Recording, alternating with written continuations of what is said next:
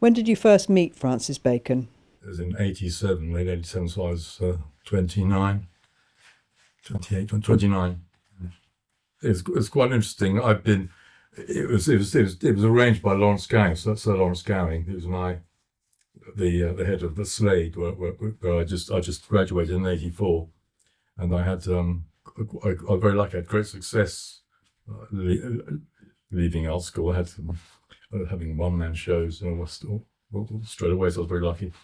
And he knew I loved his work, and he knew I idolized his work. So when I approached him, I don't know if I suggested it.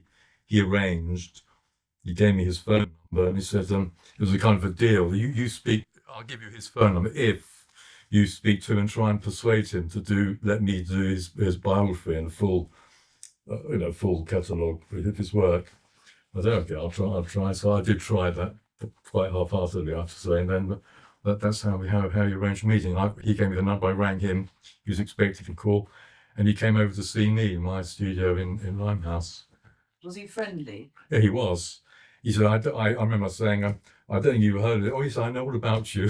That's a real boost, because I had a tremendous success. Like in '85, the year after leaving art school, which he knew about, I was having, two, for example, in '85, I had two shows on a new large one-man shows in New York at the same time, just after having a large one-man show in London, plus a big installation with Francis Bacon and other artists at the Hayward Gallery. Called a Journey Through Contemporary Art. Nigel Greenwood, he arranged it. He's dead now. And then I was having in another one-man show in Chicago all at the same time, 1 year. So it's pretty tremendous success. I was riding high then. And he knew, so he'd heard about it. So he was quite interested. Or probably Lawrence Gowing butted him up a bit, make him more interested. I don't know what he'd said to him, but he didn't know of me. He came over. We arranged to meet rather than me come see him. He said, "No, I'll come see you in Limehouse." I suppose he was interested because he used to live around there. So he's just at the pub we met at. I can't remember the name of it now. And he came over and it was very, very amusing the way he behaved in the pub. He started behaving probably in the way he used to behave way back when he lived there in the 50s and 60s. He's posing and preening himself at the doorway. And in the end, I had to say, "Well, Francis, when you're ready, shall we go?" Because he's posing the doorway and just doing his very, very, very camp acts in the doorway, and he's got people were looking there, and I thought it was a bit embarrassing, so I thought, "Shall we go?" No, but otherwise, people didn't really notice. He looked like he blended in. It wouldn't have. It was on the main road. It's on Commercial Road. So it's very busy, very noisy. It's pretty wonderful to see. So we had a few drinks there, and then we came over to my studio, which was a place called Limehouse Cut. It was on the Limehouse Cut, and was that a bit nerve-wracking? I don't think so. We were quite well oiled by then. That's what usually happens.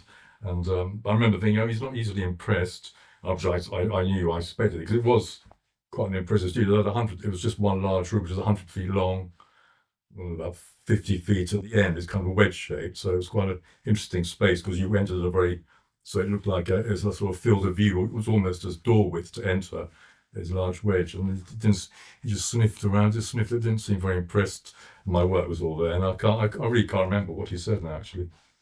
Well, he did buy a couple of those paintings later on after a couple of shows, exhibitions. He bought a couple, but I can't remember what he said then. I remember thinking remembering thinking he was pretty cool about it. Didn't seem too impressed. He didn't say you are fantastic or anything like that. And when was the next time you saw him? Well, then I think quite soon after. Then I saw him very regularly over the next, till he died, really, the next 5 years. So pretty much weekly or every other week, sometimes a couple of times a week. So very regularly. And how would the arrangements be made to meet up? I'd just ring him up. Nearly always I'd ring him and say, "Shall we go somewhere?" Sometimes he'd ring me. Usually I'd ring him. Sometimes I'd just turn up. But occasionally that wasn't a good idea, because sometimes you'd see you'd be disturbing him. So that wasn't a good idea to learn. He'd usually answer, though. He'd come to this the window above. But no, I'd always usually ring and we'd arrange to go out. I'd go there usually first. We have drinks there or something to eat, then go out. And where would you go? Would you have any regular places? Yeah, so we went quite a lot of places. But Bentham was a favourite of his at the time. I wasn't that keen on that. I liked the Cafe Royal, Simpsons. But Bentham was very pleasant. Cicconi's, the White Tower, which was a Greek restaurant in Charlotte Street. There's a couple of other places near Bentham. I can't remember the name of them now. It was way back in the 80s.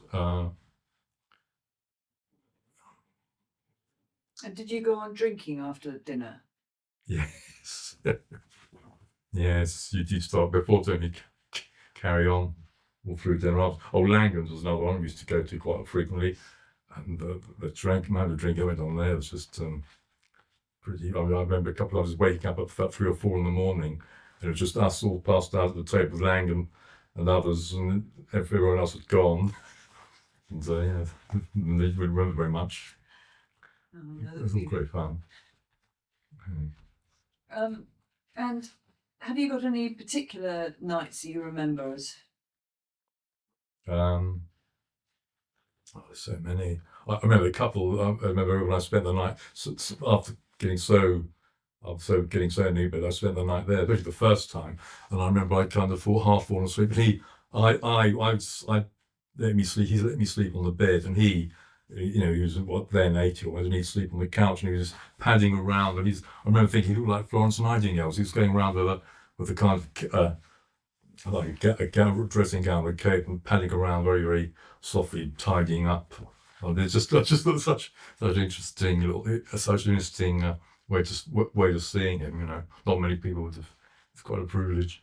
Well, he sometimes, especially if he thought he wasn't being watched, he'd go into kind of an act. So he'd go around and I just thought, he's being Florence Nightingale activist who just was wafting around very silently, padding around. He thought I was completely asleep or unconscious and couldn't sleep, and I was watching. I felt a bit ashamed. It was a shameful thing to do. And I remember kind of almost groaning with the discomfort of sleeping on the couch. And it's just wonderful to see that the whole setup and see how you could recognise how to get into some of the paintings, some of the layout of the rooms. And then usually he let me go into his studio every time I visited, and I'd see a painting in progress. And that was pretty interesting, pretty fantastic. See work he just started, was halfway through. Sometimes he wouldn't let you see things, probably if they're nearly finished. Because I saw him almost weekly for that 4 years. There were just so many. Meeting William Burroughs was one evening at the October Gallery. And that was very interesting. I'm a great admirer of William Burroughs. And Francis had introduced it. Oh, here's a young admirer of yours. And William was like, oh, always happy to meet handsome young admirer. Then he just fell backwards. He passed out on a chair, and that was it. I thought, well, let's go. The idea was to have dinner with him afterwards, but I was like, oh no, look, and he said something I can't repeat. So look at the state of him. He's passed out, and it was as though he cancer. That's great pity. So I thought I'd try to persuade him, but he wouldn't have it. And not as though he had much. He could hardly talk. Anyway, well, he's legendary. What he'd say about people. He's very, very, can be really cutting. Well, I don't know what to say about me behind my back. Can't imagine. Although I know he used to say something that ever reported back to me. But on the whole, no, he's extremely pleasant. And if he did argue, he'd probably ring up the next morning. So I'm terribly sorry, Anton. I'm so sorry. He would apologise profusely if he did have an argument. Did you take the argument seriously? No, not really. The only pretty sad one was almost the last one, unfortunately, and it wasn't only about a year before he died. My last show I had a very checkered career after a while, after my initial success. That's right, I was interviewed, and in the interview, the way it happens so easily, that's why they can be quite nerve-wracking whenever you're committing yourself and you're saying things, because once you said them, they're out there. And I was interviewed by someone for the Bernard Shakespeare Gallery. He was a dealer who'd taken me straight out of art school. I'd gone around to all the art galleries with my slides, and he'd taken me on straight out of art school. So I graduated in '84 and '80, the same year I was showing, he was my dealer in New York, and so. And so after leaving him, going to the Albemarle, I went back to him and had a show, and he, in the interview, I think it's by Jill Polonsky, I think she well known. I very inadvisedly, I was just so, just not very clever about these things. It's obviously a bad thing to do. I said marvelous things about Jackson Pollock. I said, oh, I was seeing Jackson Pollock paintings when I'd left art school. This is obviously going back a few years, and went to university, St Andrews University, to study philosophy. And it was when I was there, I'd realised what a terrible mistake I made when I went into the library and looked at these Jackson Pollock paintings, and there was nothing about him in the interview about Francis Bacon. It's just Jackson Pollock, and he took that as a personal insult. So he didn't come to the opening, I think, as far as I remember, or he left for no, he didn't come to that opening, and he kept avoiding me. Whenever I'd ring to arrange to go out, he'd cry off and make some excuse or some reason. And in the end, I managed to speak, and he blurted out, well, what was all that about Jackson Pollock? You saying he's such a wonderful painter, and that, and that took about 6 months for that to come out, or 6 months later. So it's so tragic. All that time, I hardly saw him because he'd taken great offence of this. So I suppose he could be quite brittle, you could say, from that. From just saying, I think he's a great painter, Jackson Pollock. I love all that abstract expressionist stuff, like Rothko and Barnett Newman, all that stuff. Also, to see he used them a lot in his backgrounds. I was interested in that kind of work in the same way as backgrounds for figurative paintings. Something like this, so I have used as a background for figurative painting. And so that just showed that's why he didn't speak. He didn't speak for 6 months or 9 months of the last year, and they were just getting back together again after he'd explained what had happened. We'd had a few times. And then he went to Spain, and I was speaking the night before he left, and I was saying, don't go. Because you can see he didn't want. He said, I don't feel like going. I don't feel at all well, but I must go because I committed all the tickets being bought, and they're expecting me. And I said, well, doesn't matter, just don't go. Perhaps you can go another time. He said, I must go now. So he did, and we'd arranged to meet when as soon as he got back, and that was the end. Of course, I never saw him again. So It's very sad. yeah, It'd be strange that he should take such offence at. Yes, I know. Allowed to like Jackson I Pollock. know. Well, that's why he could be a little thing could upset little things like that. I mean, he could be terribly, terribly rude to people. I've seen him just devastatingly rude. I've once with Lawrence Gowing. This is a long time after, a couple of years after I'd met him, and we went to an opening of I think Stephen Spender. He was very, very elderly then. I think shortly before he died, and he launched a big anthology of his poetry. I think it must have been Faber. And it was a very big duo then, and Lawrence Gowing was there, and Francis, it was really masterly to watch. It was a master class on how to really destroy someone. And he came down afterwards, and he gave every impression of, well, we'll go out together and have dinner together. And he kind of had his arm in arm with Lawrence Gowing, and was being very, very nice. And then the taxi came, opened the door of the taxi, and he kind of then suddenly, he just, with full forces, pushed from behind, pushed him right in, so he fell in, sprawled into the back seat of the taxi. And Lawrence Gowing was probably about in his 80s as well at that point. And he said, take this man immediately to the driver. He said, take this man immediately to, and he said, whatever it was, and I think where he lived in Walham Grove in Fulham, and the taxi just roared off as though it all been arranged. Just floored the pedal and roared off, and poor Lawrence Gowing was looking up the back like a landed fish, a trout, gasping around, looking out the back window as the taxi pulled away. That was brilliant. And what we always ask people is, if you were allowed to keep one Francis Bacon painting, which one would it be?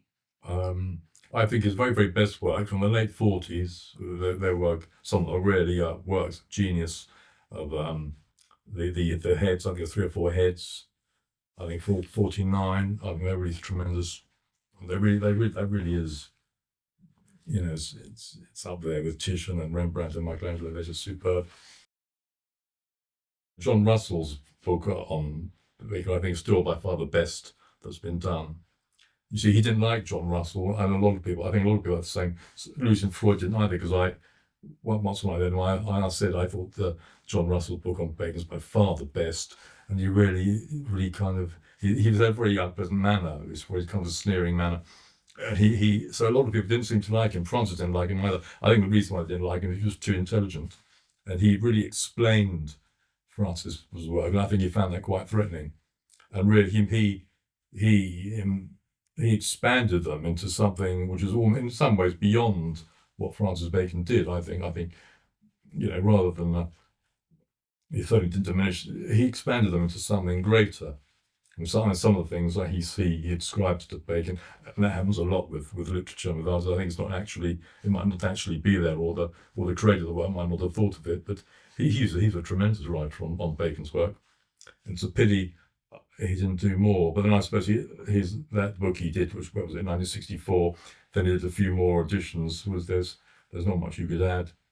That's why Francis didn't like him. When I mentioned a few times, I tried to talk about him, he felt uncomfortable. I see he's uncomfortable. He didn't like it. I think it's because he explained too much, and he liked to create a mystique where there were no explanations of his work, which Russell did. He did explain the work very well. So another place we go to would be Annabelle's, and we end up there quite often for breakfast, very late for having breakfast there. And this is another example of how rude he could be, but it's very, very funny. But I wouldn't say it's vicious, but it's just so rude. We were sitting there, and Joan Collins came in, and somebody, I'm sure you remember, called Bungalow Bill, her boyfriend, a very big man, who came in. They call him Bungalow Bill. He looked like a bungalows and all. And he came in, and she always thought, I'll sit next to Francis. He's, so she sort of squeezed in between us, very, very demurely squeezed in between us, our legs on the table where we were sitting, and she sat down right by us, and Francis really bristling. I don't know why, he could be like that, especially with women, and he just bristling, didn't like it at all. And he just started, after a moment, saying, "What I like it right up the arsehole, right up the arsehole." He kept saying it over and over, louder and louder and louder. So in the end, I had to admire her. She's just so demure, she's so well behaved. She's got a very, very sweet smile, and she just squeezed past and said, "Excuse me," and left with her partner. So that was the thing she'd do all the time. And I just remember saying, "I can't take you anywhere.